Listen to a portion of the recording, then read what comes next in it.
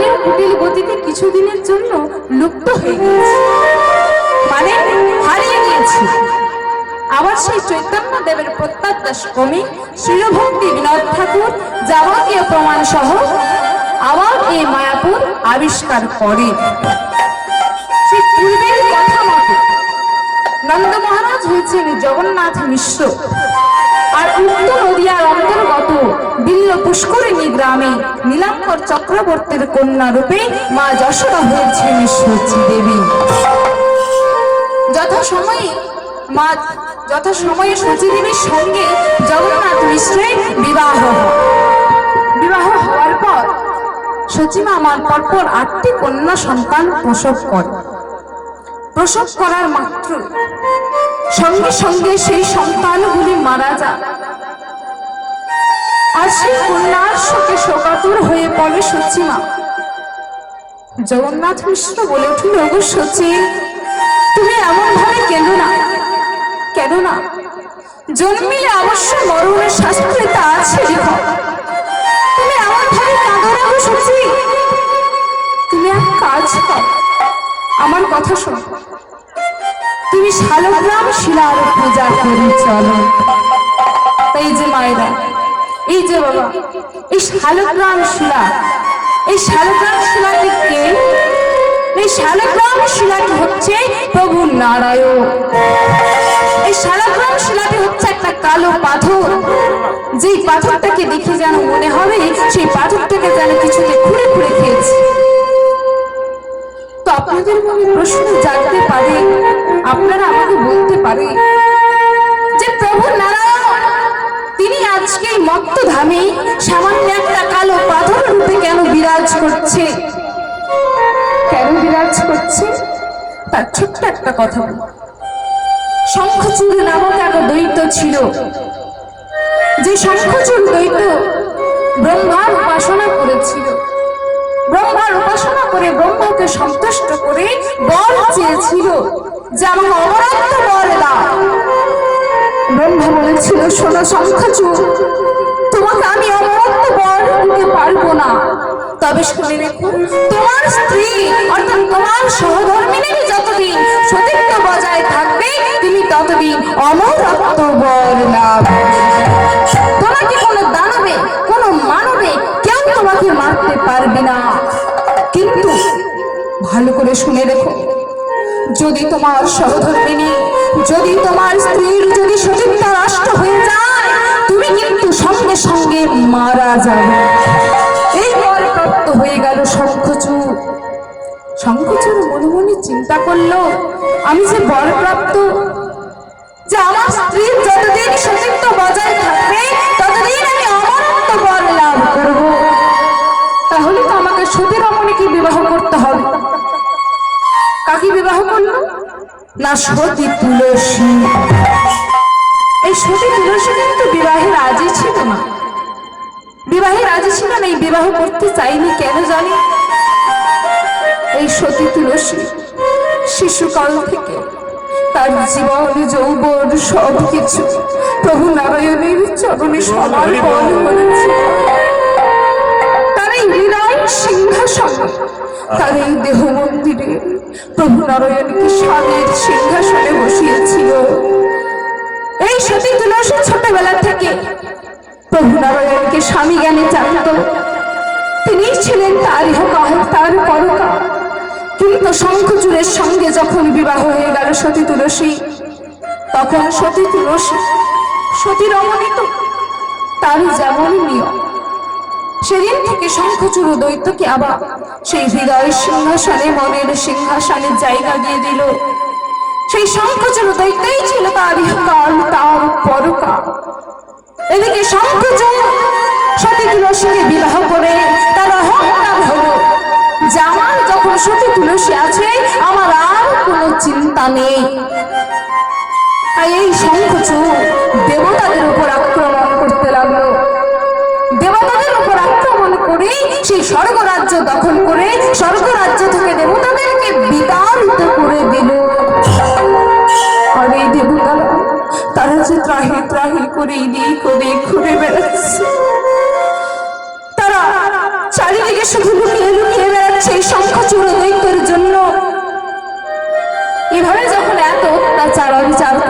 শঙ্খচূড় দেবতাদের ওপর এই অত্যাচার বিচার না সহ্য করতে পেরে দেবতারা তারা গেল কোথায়? না প্রভু নারায়ণের কাছে। প্রভু নারায়ণের কাছে কি বললে? হে প্রভু, এই শঙ্খচূড় দেখো আমাদের উপর আক্রমণ করেছে, আমাদের স্বর্গরাজ্য থেকে বিতাড়িত করে আমাদের স্বর্গরাজ্য দখল করে নিয়েছে। আমরা যে ত্রাহে ত্রাহে করে এদিকে ওদিকে ঘুরে বেড়াচ্ছি, লুকিয়ে লুকিয়ে বেড়াচ্ছি, কিন্তু এভাবে আর কদিন লুকিয়ে লুকিয়ে বেড়াবো? এর একটা বিধান চাই। এত অত্যাচার বিচার দেখে প্রভু নারায়ণ করল কি না, প্রভু নারায়ণ শঙ্খচূড় রূপ ধরে সতী তুলসীর সতীত্ব নষ্ট করে দিল। যেই না সতীত্ব নষ্ট করে দিয়েছে, এদিকে শঙ্খচূড়ের দেহটা মৃত হয়ে গেল, শঙ্খচূড় মারা গেল। আর দেখি সতী তুলসী যখন জানতে পারল যে প্রভু নারায়ণ আমার সঙ্গে ছলনা করেছে, আমার সঙ্গে ছলনা করে আমার সতীত্ব নষ্ট করে আমার স্বামী যে নিধন হয়ে গেছে, এটা যখন জানতে পারল তুলসী প্রভুর কাছে গিয়ে বললাম, প্রভু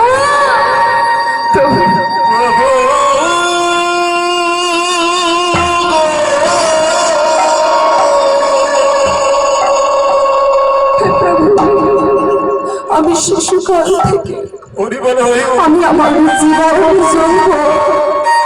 সবকিছু যে তোমার চরণে অর্পণ করেছিলাম প্রভু। আমি তোমাকে শিশুকাল থেকে তোমাকে আমি স্বামী জ্ঞানে জানতাম। আমার এই গ্রহ সিংহাসনে, আমার এই বিরাট সিংহাসনে তোমাকে আমি জায়গা দিয়েছি, কিন্তু আজ তুমি কি করলে প্রভু? আমার সঙ্গে ছলনা করে আমার শিথির সিঁদুর, আমার হাতের শাখা তুমি মুছে দিলে। তার শোনো তোমাকে আমি অভিশাপ দিলাম, তুমি মধ্যে একটা কালো পাথর রূপে বিরাজ করবে। তোমার না থাকবে কোনো রূপ, না থাকবে কোনো বিগ্রহ, তুমি সামনে একটা কালো পাথর রূপে বিরাজ করবে। প্রভু নারায়ণ এই অভিশাপ পেয়ে বলল, শোনো তুলসী, তারপরে তুমি যখন আমাকে অভিশাপ দিয়েছ যে আমি মধ্যে একটা কালো পাথর রূপে বিরাজ করবো, শুনে রাখো তুলসী, তাই হবে, আমি মধ্যে কালো পাথর রূপে বিরাজ করব। প্রভু আমি তো তোমাকে অভিশাপ দিয়ে দিলাম প্রভু, তুমি মধ্যে কালো পাথর রূপে বিরাজ করবে, কিন্তু বলো প্রভু আমার মুক্তি কিভাবে হবে? আমার মুক্তির উপায় তুমি বলে দাও প্রভু। শোনো তুলসী, তুমি তো আমায় অভিশাপ দিয়েছ যে আমি মধ্যে কালো পাথর রূপে বিরাজ করব, আর তুমি মধ্যে ভাবে তুলসী বৃক্ষ রূপে জন্ম নেবে, তোমার পত্র ছাড়া আমার পুজো হবে না। এদিকে তুলসীকে আশীর্বাদ করে দিল, আর এই শঙ্খচূড়ের শবদেহটা সমুদ্রের তলদেশে গিয়ে পড়েছিল। সমুদ্রের জলদেশে যখন গিয়ে পড়ল, সেই শঙ্খচূড়ের শবদেহ থেকে জন্ম হয়েছিল শঙ্খ, যে শঙ্খ মায়েরা আমার প্রত্যেকটা দিন সন্ধ্যাবেলা যে শঙ্খ বাদন করে, সেই শঙ্খটি জন্ম হয়েছিল এই শঙ্খচূড়ের শবদেহ থেকে। আর প্রত্যেকটা সাধনা মায়ের হাতে যে শাখা রয়েছে না, ওই শাখাটাও জন্ম হয়েছিল শঙ্খচূড়ের শবদেহ থেকে। তাই প্রভু আমার নিজের মুখে বলেছে, জেলার করে আমার আশ, তার করি সর্বনাশ, তবুও যদি না ছাড়ে আমার পাশ, তখন তাকে করি আমার চরণের দাসের দাস। তার একটা ছোট্ট প্রমাণ দেখে, এক গ্রামে এক ব্রাহ্মণ এবং তার দুই পুত্র ছিল। সেই ব্রাহ্মণ করতেন কি না, প্রত্যেকটা দিন ভগবানের সেবা দিতে, তারপরে নিজে সেবা করতে। সেই ব্রাহ্মণ একদিন বাজারে গেছে, বাজারে গিয়ে এদিক ওদিক এটা সেটা কেনাকাটা করেছে। কেনাকাটা করার পর যে সে মাছ বাজার দিকে যখন বেরিয়ে আসছে, তার লক্ষ্য করলো একজন মেছুনীর দিকে। কি লক্ষ্য করলো না, আজ একজন মেছুনি সে মাছ বিক্রয় করছে, কিন্তু তার একটাই মাত্র বাটখারা। আমার বাটখারা না, সেটা একটা কালো পাথর। কিন্তু যে যতটা মাছ চাইছে তাকে ওই একটা কালো পাথর দিয়ে মাছ ওজন করে দিচ্ছে। এটা কিভাবে সম্ভব?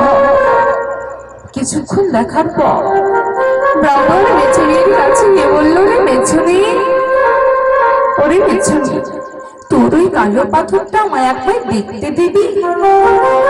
মেছুনি বলে দিল, বাবা ঠাকুর, তুমি ক্ষণকাল অপেক্ষা করো, এই যে দেখছো না আমার মাছগুলো রয়েছে, এই মাছগুলো বিক্রয় হয়ে যায়, কিছু খরিদ্দার রয়েছে, মাছগুলো বিক্রয় হয়ে যায়, তারপর তুমি না হয় নেবে। আচ্ছা ঠিক আছে মেছুনি। এই বলে যেই না মাছগুলো বিক্রয় হয়ে গেছে, মেছুনি সেই কালো পাথরটাকে লইয়ে বলছো, বাবা ঠাকুর, তুমি না বললে আমার এই কালো পাথরটা তুমি একবার দেখবে? আই না, তুমি দেখো। ব্রাহ্মণকে দিয়ে দিল। ব্রাহ্মণ সেই কালো পাথরটা দিয়ে মনে মনে চিন্তা করছে, এটা কি করে সম্ভব? মেছুনি একটা কালো পাথর দিয়ে মাছ ওজন করছে। না, আমাকে দেখতে হবে পাথরটা। যখন ব্রাহ্মণ সেই পাথরটাকে হাতে নিল, সেই পাথরটা মাছের আশে নোংরার মাটিতে ভর্তি। ব্রাহ্মণ আস্তে আস্তে সেই পাথরের গায়ে লেগে থাকা নোংরা মাটি আস্তে আস্তে সরিয়েছে। আস্তে আস্তে সরিয়ে ঠিক যেন তার লক্ষ্য করেছে যে আমি কি দেখছি, আমি ভুল দেখছি না তো, আমি কি দেখছি? এই যে ব্রহ্মশিলা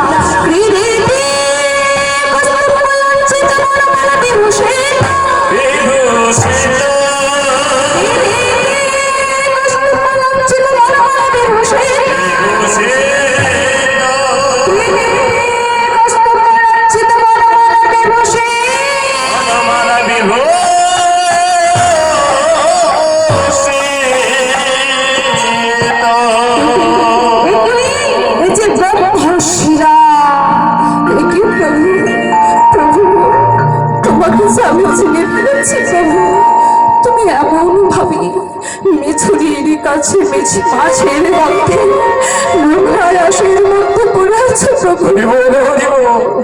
প্রভু প্রভু প্রভু তোমায় একবারও যখন আমি চিনে ফেলেছি প্রভু, তোমাকে আর আমি মেছুনির কাছে রেখে দিয়ে যাব না।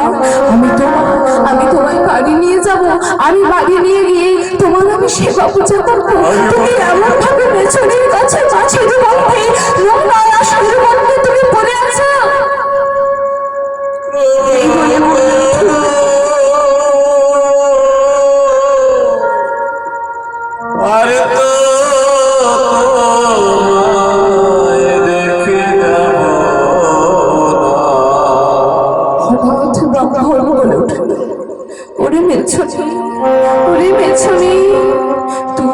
তুই আমায় এই কালো পাথরটা দিবি মেছুনি? যেই না ব্রাহ্মণ এই কথা বলেছে, মেছুনি সঙ্গে সঙ্গে সেই ব্রাহ্মণের হাত থেকে পাথরটা নিয়েছে। কিভাবে থাকে? তোমার লোভ তো বড় মন্দ না। তুমি আমায় বললে পাথরটা দেখতে দিবি, আমি তোমায় দেখতে দিলাম, আবার বলো কিনা পাথরটা দিবি? না আমি তোমায় এই পাথর আমি দিতে পারবো না। তোমার লোভ তো দেখছি বড় মন্দ না। কিছু দূরে সরে এসে প্রার্থনা করেছে আর বলছে, প্রভু তোমাকে যে মেছুনির কাছ থেকে যা করে হোক আমাকে নিয়ে যেতেই হবে, কিন্তু আমি কিভাবে নিয়ে যাব? মেছুনি তো আমায় দিচ্ছে না, মেছুনি তো আমায় দেবে না।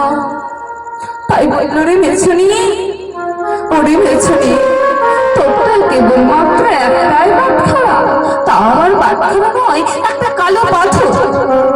ওরে মেছুনি, তুই যদি আমায় কালো পাথরটা দিস না, তার বিনিময়ে আমি তোকে তোর যতগুলো বাটখারার প্রয়োজন আমি তোকে সব বাটখারা কিনে নেব, কেবলমাত্র তুই কালো পাথরটি আমার বলে। না গো বাবা ঠাকুর, এই কালো পাথর আমি তোমায় দিতে পারবো না। এই পাথরটার কত গুণাগুণ জানো বাবা ঠাকুর? বলে, কি গুণাগুণ মেছুনি? বলে, জানো বাবা ঠাকুর, আমি এই মাছ বাজারের মধ্যে যতটা মাছ আনি না কেন, সবার থেকে বেশি মাছ আনলে সবার আগে আমার মাছ বিক্রয় হয়ে যায়। এটা হলো আমার এই পাথরের 1 নম্বর গুণাগুণ।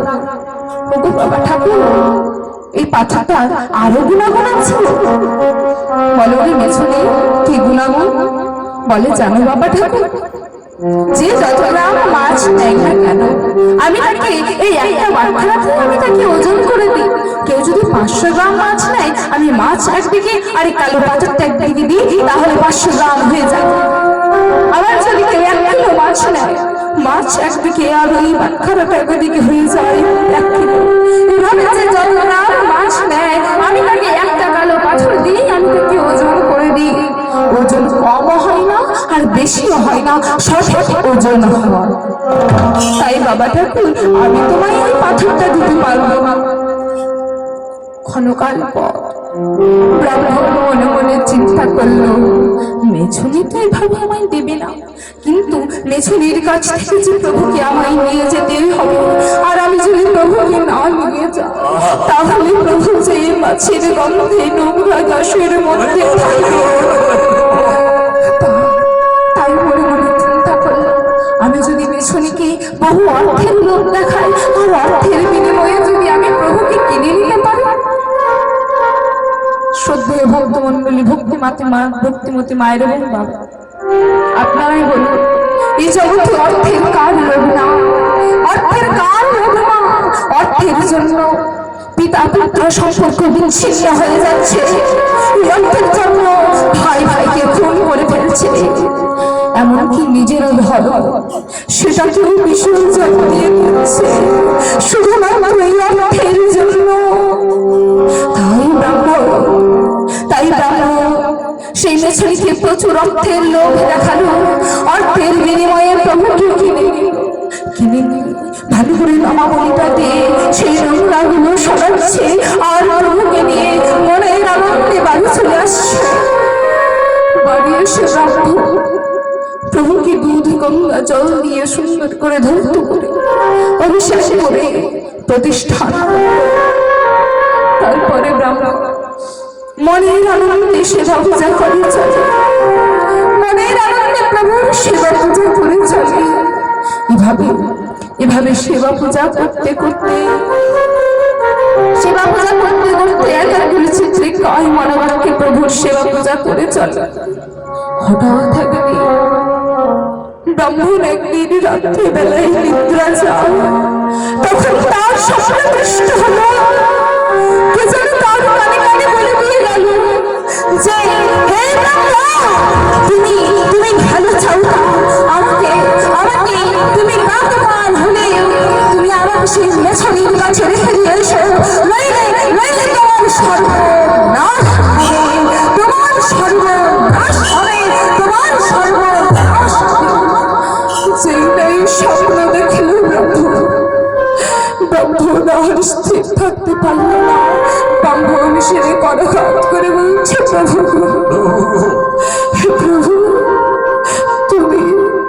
তুমি বলছো ওই মেছুনির কাছে মাছের গন্ধে নোংরা আসে, তুমি ভালো ছিল, তোমার এই ধূপ চন্দন গন্ধ পুষ্প তোমার বুঝে ভালো লাগছে না প্রভু, যে তুমি আবার সেই মেছুনির কাছে যেতে চাইছো।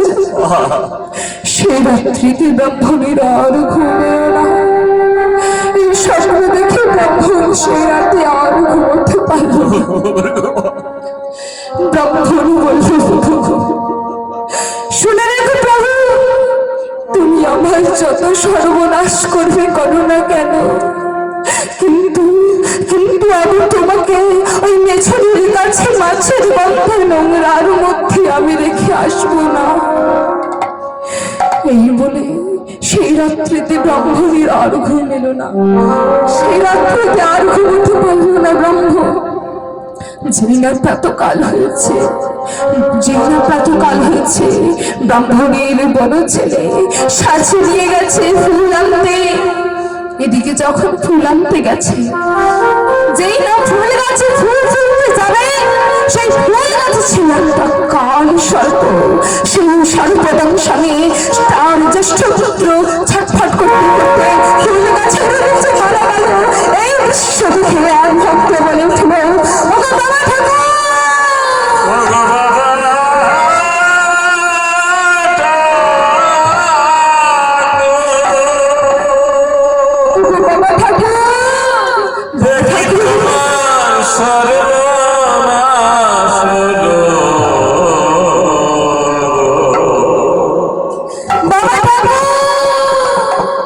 বাবা ঠাকুর, বাবা ঠাকুর, বাবা ঠাকুর, ব্রাহ্মণ মনে মনে চিন্তা করছে কে আমার এমন ভাবে আকুলতা হয়ে বাকুলতা হয়ে ডাকছে।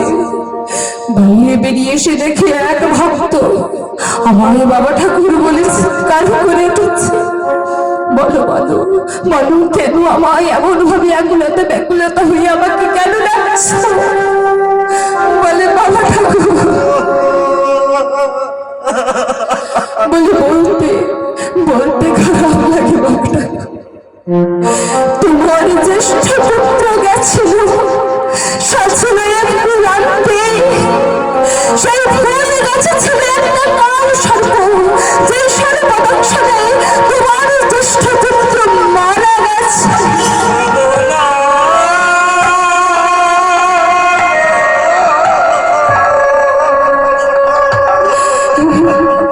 কি বলছো? না না না না, এ কথা ভেবো না। আমার জ্যেষ্ঠ পুত্র মারা গেছে। ব্রাহ্মণের মুখে আর কথা নেই। ব্রাহ্মণে প্রভুর কাছে গিয়ে বলছে, প্রভু গো, প্রভু গো, প্রভু, তুমি যা বললে তাই করলে প্রভু। আমি কাল রাত্রে স্বপ্ন দেখলাম প্রভু, যে আমি যদি তোমাকে ওই বেছানির কাছে না রেখে দিয়ে আসি, ওই বেছানির কাছে তোমাকে যদি আমি না রেখে দিয়ে আসি, তাহলে আমার সর্বনাশ হবে। তুমি তাই করলে প্রভু, তুমি আমার সর্বনাশ করে আমার সন্তানকে প্রভু নিয়ে নিলে প্রভু। কিন্তু শুনে দেখো প্রভু, তুমি আমার সন্তানকে নিয়ে নিয়েছো, এতে আমার কিছু যায় আসে না। কিন্তু প্রভু, তুমি আমার যদি আরো সর্বনাশ করতে চাও না তুমি করো। কিন্তু প্রভু, তোমাকে ওই মেছানির কাছে মাছের বন্দি আমি আর দেখে আসবো না। এভাবে ব্রাহ্মণ তো জানতো যে আমার গত রজনীতে স্বপ্নে দৃষ্ট হয়েছে। আমি স্বপ্ন দেখেছি যে আমি যদি প্রভুকে না রেখে দিয়ে আসি সেই রজনীর কাছে, তাহলে আমার সর্বনাশ হবে। আমার জ্যেষ্ঠ সন্তান মারা গেল। এভাবে ব্রাহ্মণের বড় ছেলে চলে গেল। তবুও ব্রাহ্মণের মুখে বাক্য নেই। ব্রাহ্মণ প্রভুকে মেছনির কাছে রেখে এলো না। ব্রাহ্মণ আরো একাগ্র চিত্রে কাল মনে বাক্যে মনোযোগ সহকারে প্রভুর সেবা পূজা করে চলে। এভাবে সেবা পূজা করতে করতে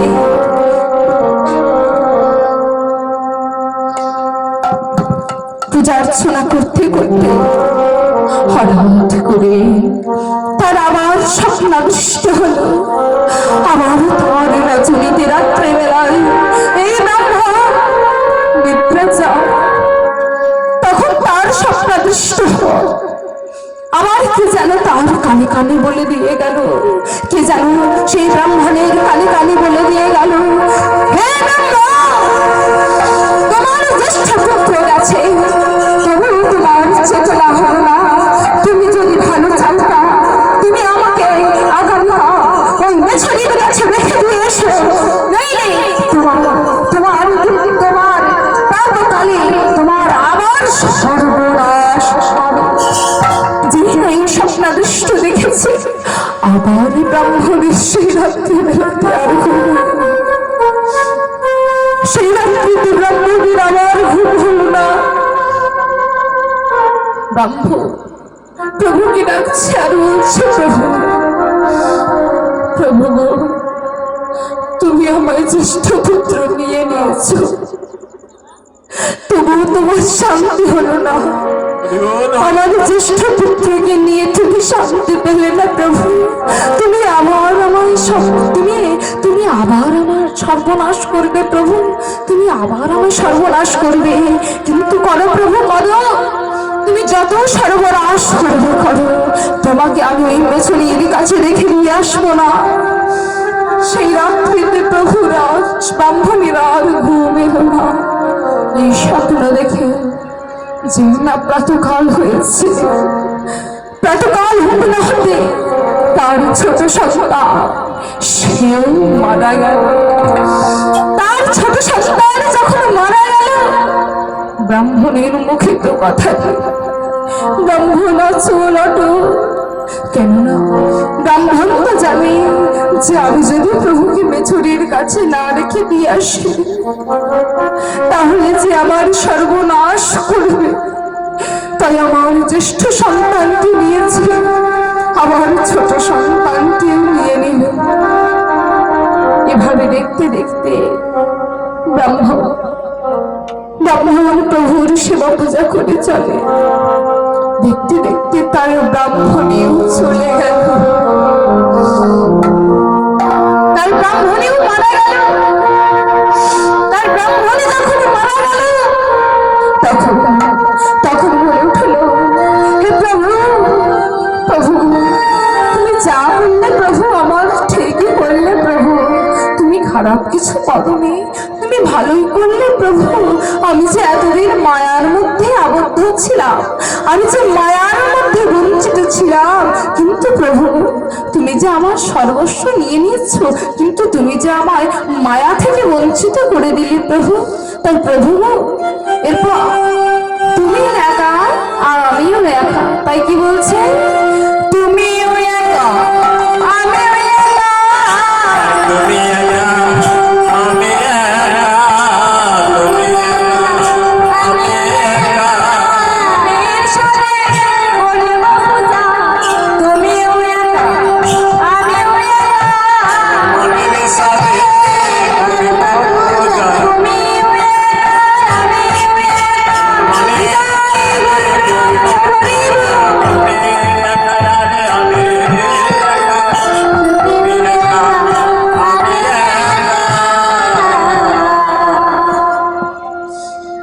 প্রভু তুমি খারাপ তো কিছু করোনি প্রভু, আমি যে মায়ার মধ্যে বঞ্চিত ছিলাম, এরপর তুমি আমার মায়া থেকে মুক্ত করে দিলে। এরপর আমি তোমায় আরো ভক্তি ভরে, আরো মন প্রাণ দিয়ে, আরো মন প্রাণ ঐক্য করে তোমায় আমি ডাকতে পারবো প্রভু। কিন্তু প্রভুর এতেও শান্তি হলো না, প্রভুর এতেও শান্তি পেল না প্রভু। ব্রাহ্মণ তো মনের আনন্দে একাগ্র চিত্তে কয় মনোবাক্যে প্রভুর সেবা পূজা করে চলে। এভাবে পূজা করতে করতে করতে করতে আবার হঠাৎ তার স্বপ্নদৃষ্ট হল। এই ব্রাহ্মণ রাত্রিবেলায় নিদ্রা যায়, ব্রাহ্মণ রাত্রিবেলায় নিদ্রা যায়। আর কে যেন তার কানে কানে বলে দিয়ে গেল যে, হে ব্রাহ্মণ, তুমি তোমার সর্বস্ব নিয়ে নিলাম প্রভু, তোমার চেতনা হলো না, এখনো তোমার পথ আছে। তুমি যদি ভালো চাও তাহলে আমাকে তুমি সেই মেছুরির কাছে রেখে এসো, নইলে শুনে রেখো ব্রাহ্মণ, আগামীকাল বিপ্রহরে তোমার মাথায় বজ্রাঘাত, আগামীকাল বিপ্রহরে তোমার মাথায় বজ্রাঘাত, আগামীকাল বিপ্রহরে তোমার মাথায় বজ্রাঘাত।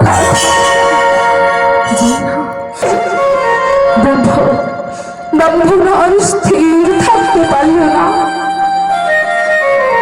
ব্রাহ্মণ আর স্থির থাকতে পারল না, আর বলছে, প্রভু তুমি আমার সর্বস্ব নিয়ে নিলে, এতেও তুমি শান্তি হলে না প্রভু, তুমি আমাকেও নিয়ে নেবে। আচ্ছা প্রভু, আমার মৃত্যু হলে ক্ষতি না, আমার মৃত্যু হলে ক্ষতি না। আজকে এই যে ব্রাহ্মণ তার রাত্রেবেলায় স্বপ্ন দেখে ব্রাহ্মণ আর স্থির থাকতে পারছে না, কেন কেন স্থির থাকতে পারছে না? মৃত্যুর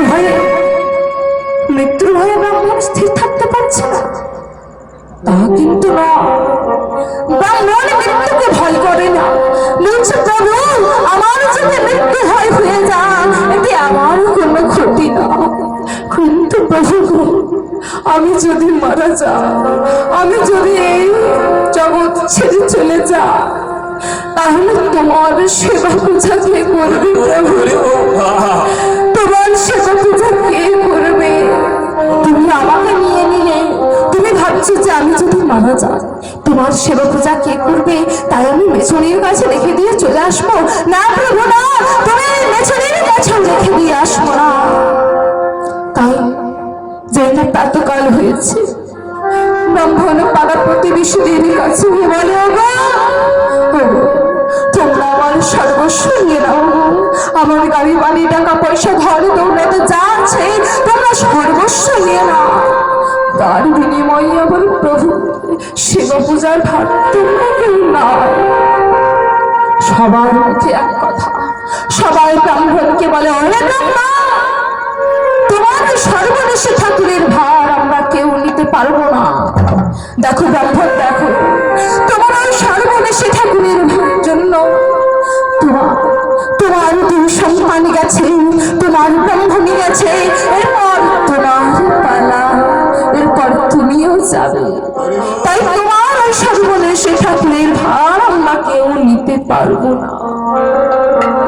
সবার মুখে যখন এ কথা, সবার মুখে যখন একই কথা শুনলো ব্রাহ্মণ বাড়ি ফিরে এসে বলে উঠল, প্রভু গো প্রভু, আমি সময়ের কাছে গেছিলাম, আমার মৃত্যু হবে, কিন্তু তোমার সেবা পূজার ভার কেউ নিল না। তো প্রভু তোমাকে মেছুনির কাছে রেখে আসবো,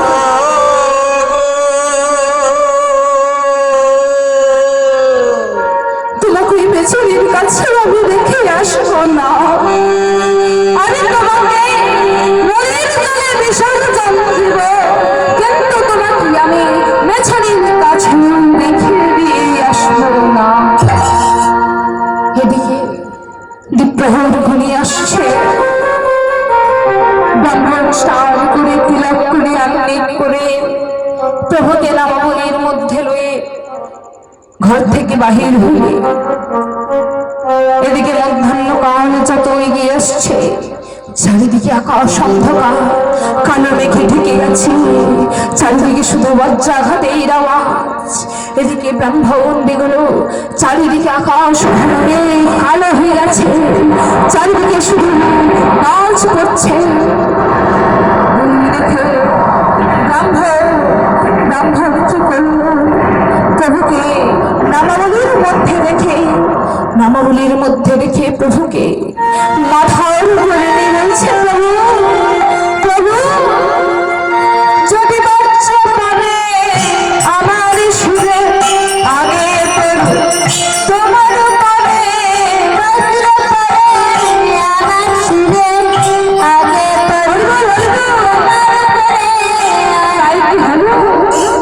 আর বাচ্চা চলল। তাই কি বলছে,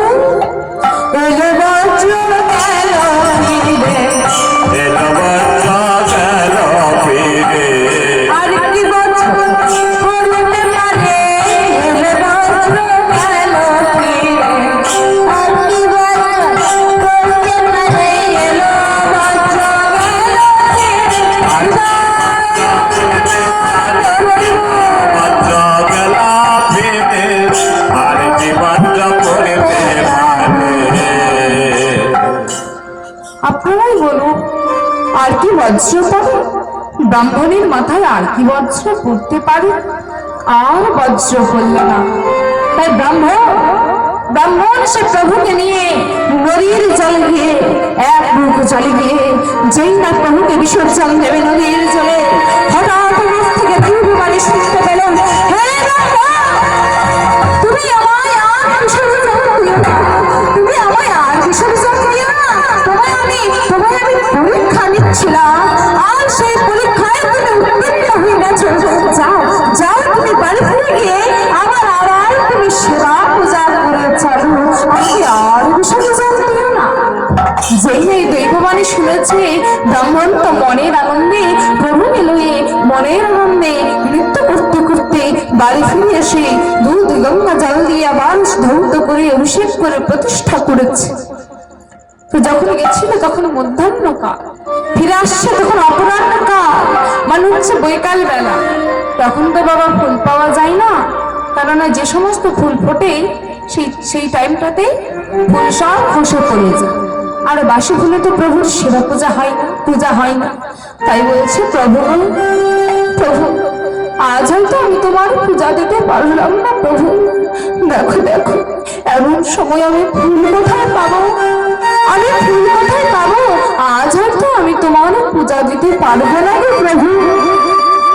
এবারে প্রভুর সামনে বসে করজোরে বলছে আর কান্না করছে। এমন সময় পেছন থেকে তার জ্যেষ্ঠ পুত্র বলে উঠল, পিতা এই নাও পিতা, আমি সাজীবনতে ফুল এনেছি, প্রভুর পূজা করো। তার পেছন থেকে তার ছোট সন্তান বলে উঠল, পিতা এই নাও, আমি ধূপ দীপ গন্ধ পুষ্প সব নিয়ে এসেছি। তার পেছন থেকে ব্রাহ্মণে বলে উঠল, ওগো এই যে দেখো, আমি যে নৈবেদ্য সম্মান নিয়ে এসেছি প্রভুর পূজার জন্য। দেখো স্বামী, এরপর তুমি মনের সাধু করো। তাই কি বলছে, মনের সাধু করো পূজা,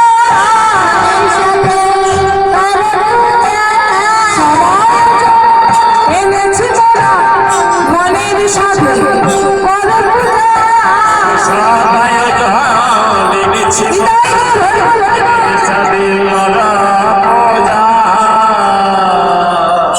তাই নিজের মুখে বলেছে, যারা করে আমার আশ তার করি সর্বনাশ। প্রভু যদি না ছাড়ে আমার আশ, তখন তাকে করি আমার চরণের দাস। যেটা